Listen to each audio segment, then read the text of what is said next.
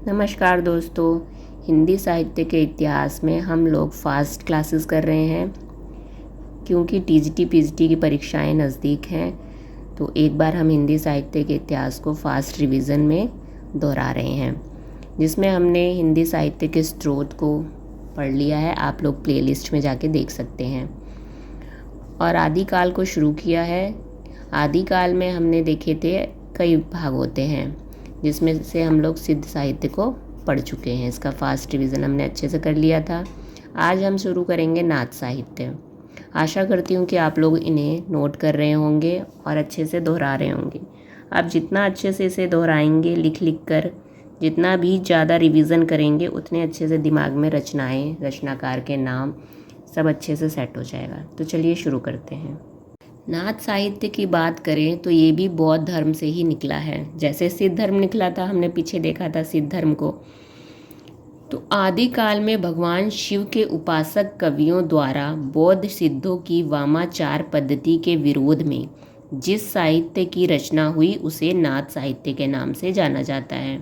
जैसा हमने देखा था, जो बौद्ध धर्म से सिद्ध निकले थे तो उसमें बहुत ज़्यादा वामाचार पद्धति थी। वामाचार का अर्थात है कि जो सिद्ध थे वो गृहस्थ जीवन और स्त्री भोग को ही मोक्ष की पद्धति मानते थे। लेकिन नाथ साहित्य में क्या हुआ कि इसका विरोध होने लगा, है ना। तब नाथ साहित्य की उत्पत्ति हुई। नाथ शब्द का शाब्दिक अर्थ होता है मुक्तिदाता, अर्थात मुक्ति प्रदान करने वाला। नाथ पंथ एवं नाथ साहित्य के प्रवर्तक गोरखनाथ माने जाते हैं। अगर पूछे कि नाथ पंथ या नाथ साहित्य के प्रवर्तक कौन है, तो गोरखनाथ माने जाते हैं। नाथों का समय है 10वीं से 13वीं शताब्दी तक। ये प्रश्न आता है प्रवर्तक का और समय का।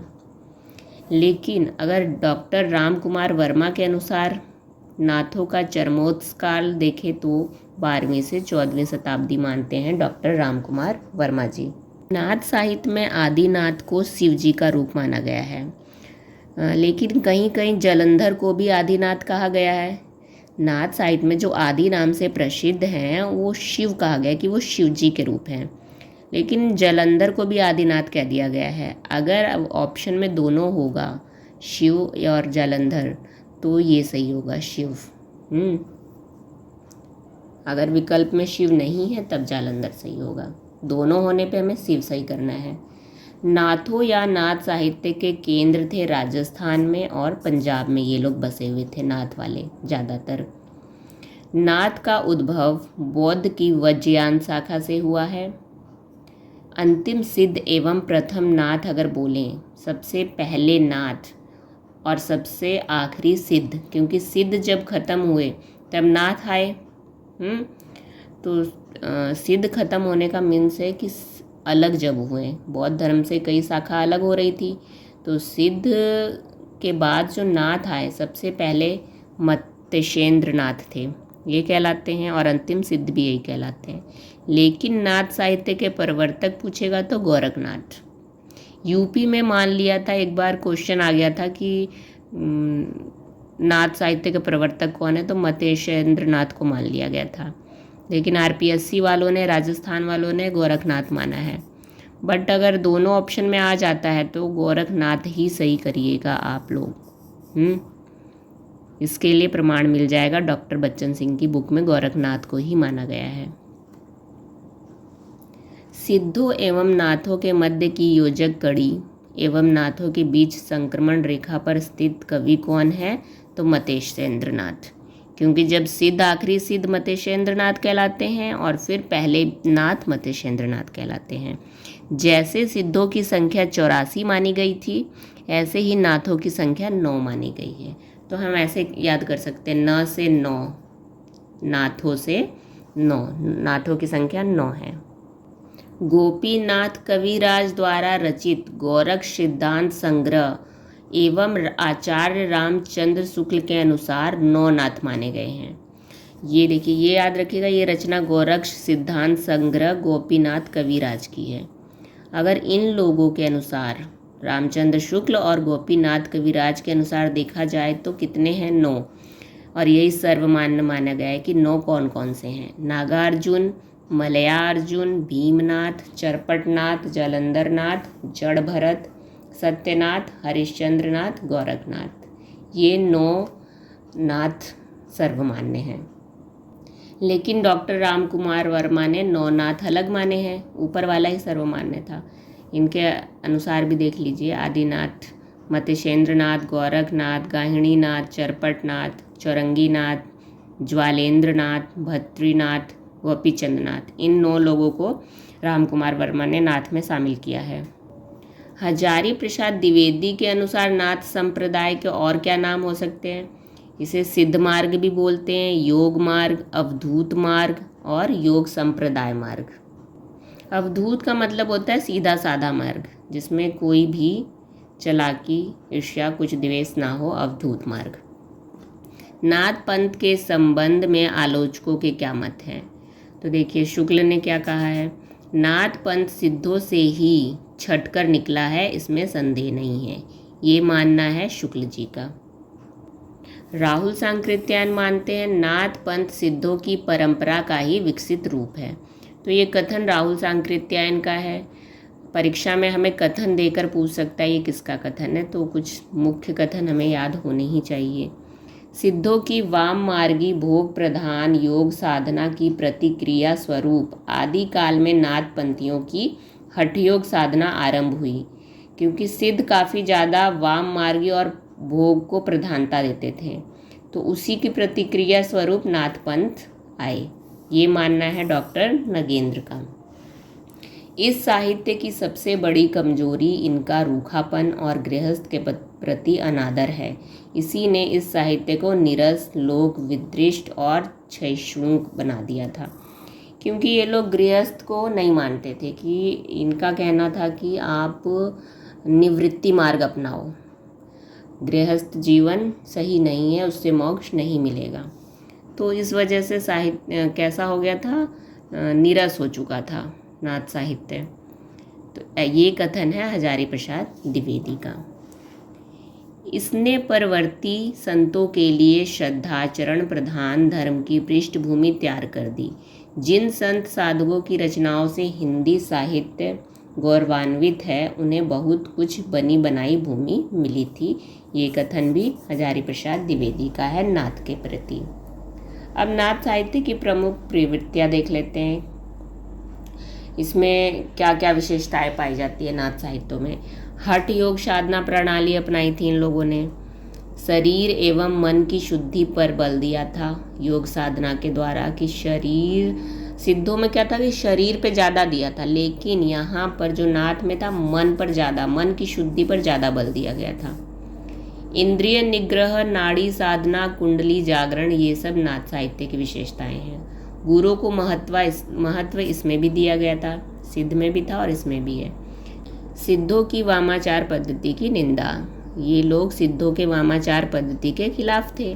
नारी निंदा था इसमें, लेकिन सिद्ध साहित्य में तो मतेश्य, मुद्रा, मैथुन, मद, मांस, इन पांचों को तो ज़्यादा था इसमें। नारी का तो भोग उसमें बहुत ज़्यादा था सिद्ध में, लेकिन यहाँ पे नारी निंदा की गई थी। ज्ञान निष्ठा को महत्व दिया गया था। गृहस्थों के प्रति अनादर का भाव था, यानी यहाँ पे नाथ लोग निवृत्ति मार्ग अपना रहे थे, यानी गृहस्थ जीवन से दूर रह के अपनी साधना को कर रहे थे पूरा। जाति प्रथा और वर्ण व्यवस्था का विरोध था, यहाँ पे जाति पाति को नहीं मान रहे थे। निवृत्ति मार्ग पर बल दिया गया, वही संसार में कोई आसक्ति नहीं थी इनकी। बहुवेद का विरोध, बहुदेववाद का विरोध, एकेश्वरवाद को समर्थन, मतलब कि बहुत सारे देवता नहीं, सिर्फ एक ही ईश्वर को मानना था इनके अंदर। मनोविकारों की निंदा की गई। पाखंडों, ब्राह्म, बाह्यचारों का विरोध, पाखंड बिल्कुल भी नहीं था इसमें, विरोध करते थे ये लोग। अखंड ब्रह्मचर्य में आस्था थी कि आप अपना ब्रह्मचर्य अखंड रखो, तभी हमें मोक्ष की प्राप्ति होगी।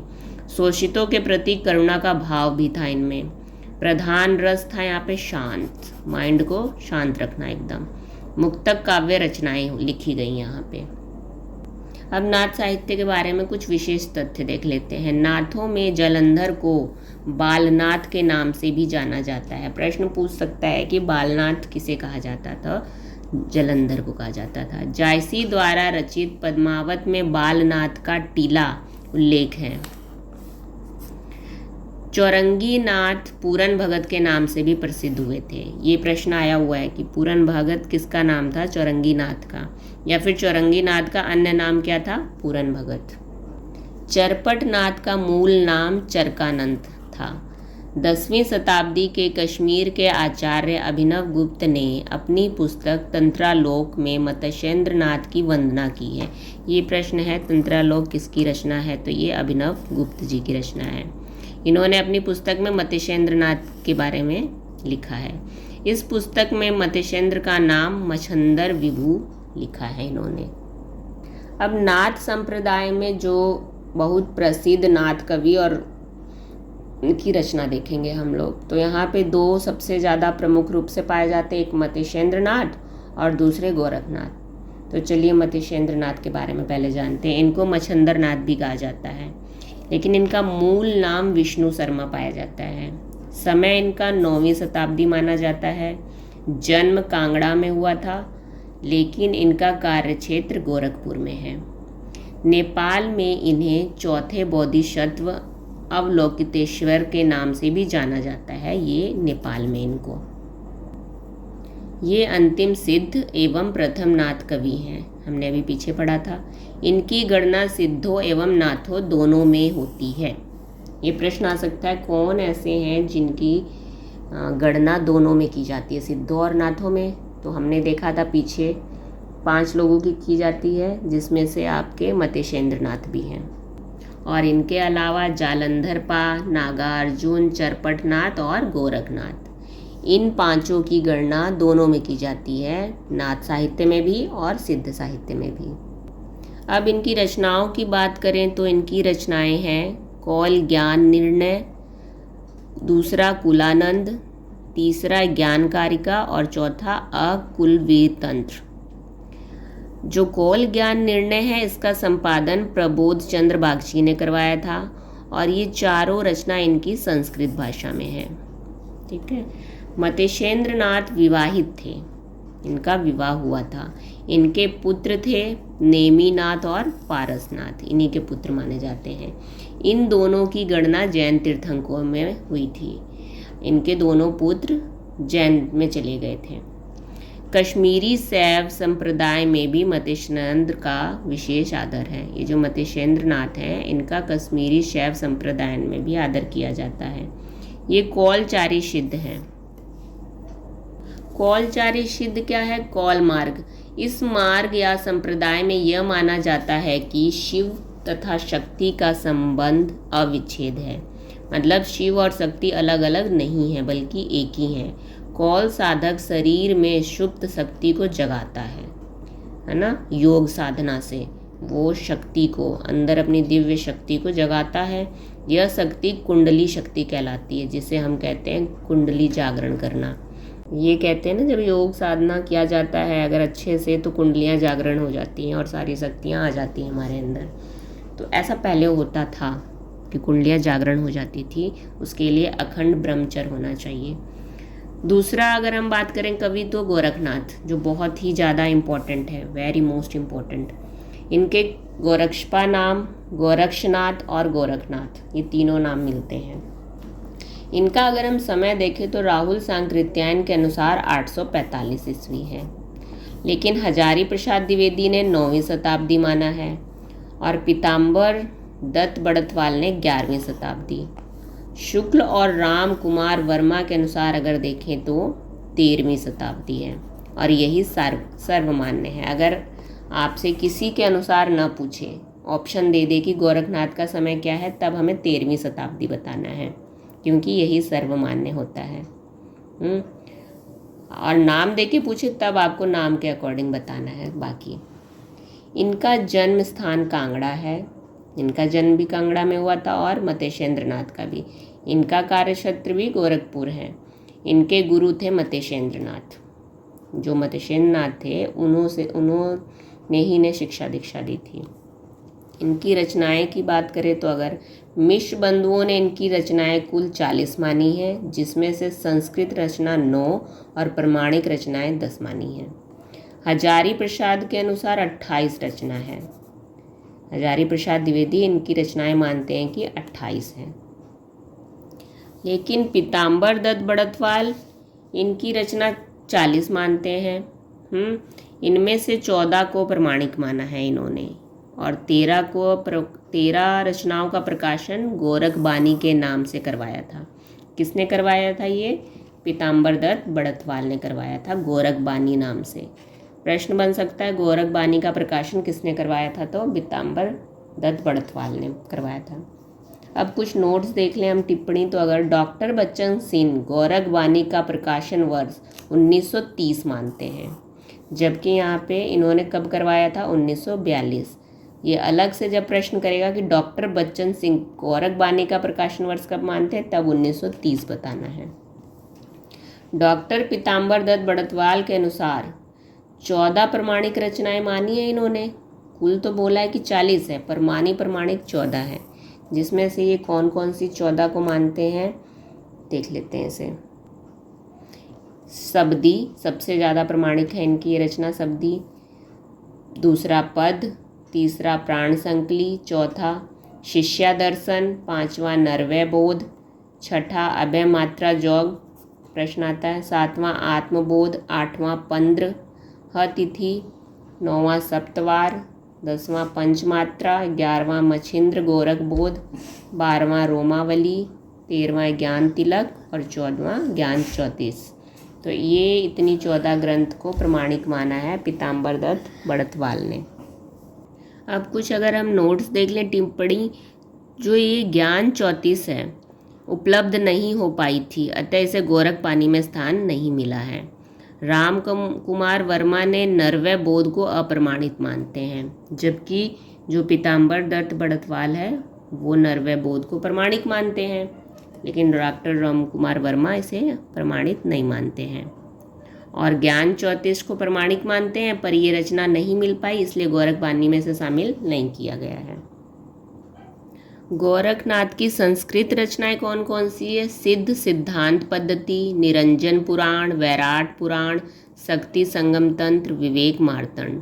तो ये रचनाएं इनकी संस्कृत में है। गोरखनाथ के वर्ण विषय देख लेते हैं, इन्होंने अपने विषय में क्या शामिल किया है। गुरु महिमा को अधिक महत्व दिया है, इंद्रिय निग्रह, प्राण साधना, शून्य समाधि, वैराग्य, योग साधना, निवृत्ति मार्ग, इन चीज़ों को उन्होंने अपने विषय में शामिल किया है कि ये चीज़ें अगर हम अपनाएंगे तभी हम मोक्ष की प्राप्ति कर सकते हैं, भक्ति मार्ग आगे इसमें हम जा सकते हैं। गोरखनाथ के संबंध में कुछ विशेष तथ्य देख लेते हैं। यह नाथ पंथ एवं नाथ साहित्य के प्रवर्तक हैं, प्रवर्तक इन्हीं को माना जाता है। हठ योग साधना प्रणाली के भी प्रवर्तक इन्हीं को माना जाता है। नाथ पंथ में 60 चक्रों वाले योग मार्ग के प्रवर्तक, कुंडली जागरण करने के लिए जो 60 चक्र होते हैं, तो उनका भी प्रवर्तक इन्हें माना जाता है। मिश्र बंधुओं ने इनकी हिंदी का प्रथम गद्य लेखक कहा है। जो मिश्र बंधु हैं उन्होंने हिंदी का प्रथम गद्य लेखक गोरखनाथ को माना है। हमने देखा था जब हिंदी साहित्य का स्रोत पढ़ रहे थे। तो आचार्य शुक्ल ने इनको पृथ्वीराज चौहान के समकालीन माना है, कि जब पृथ्वीराज चौहान का समय चल रहा था तब ये थे। महाराष्ट्र के वारकरी संप्रदाय के संत ज्ञानेश्वर या फिर ज्ञानदेव, ये एक ही नाम है, ने स्वयं को गोरखनाथ के शिष्य परंपरा में बताया है। अब गोरखनाथ के संबंध में किस विद्वान ने क्या कहा है ये देख लेते हैं। तो गोरख जगायो जोग, भक्ति भगायो लोग, ये कथन है तुलसीदास जी का, कि जब गोरखनाथ आए तो इन्होंने योग की साधना पर ज़्यादा बल दिया था। हजारी प्रसाद द्विवेदी क्या कहते हैं? इन्होंने अनेक योग और शैव संप्रदायों को तोड़कर 12पंथी शाखा की स्थापना की थी। प्रश्न ये बनता है कि 12पंथी शाखा की स्थापना किसने की थी? तो गोरखनाथ जी ने। 12पंथी शाखा में कौन कौन से 12 पंथ हैं? संतनाथी, धर्मनाथी, राम पंथ, नटेश्वरी, कपिलानी, वैरागी, माननाथी, आदुपंथ, पागपंथ, कन्नहड़, गंगानाथी, धजपंथ, ये 12पंथी शाखा है। अब कुछ और महत्वपूर्ण कथन देख लेते हैं गोरखनाथ से संबंधित। गोरखनाथ की हठ योग साधना ईश्वरोपासना के बाह्य विधानों, मूर्ति पूजा, बहुदेववाद को छोड़कर ईश्वरवाद, घट के भीतर ही ईश्वर मतलब हर जगह ईश्वर है, को लेकर चली थी।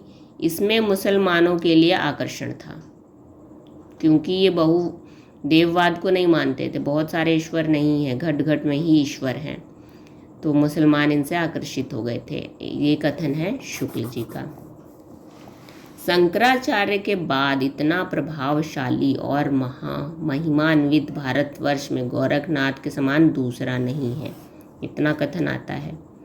भारतवर्ष के कोने कोने में उनके अनुयायी आज भी पाए जाते हैं। भक्ति आंदोलन से पूर्व सबसे शक्तिशाली धार्मिक आंदोलन गोरखनाथ का भक्ति मार्ग ही था।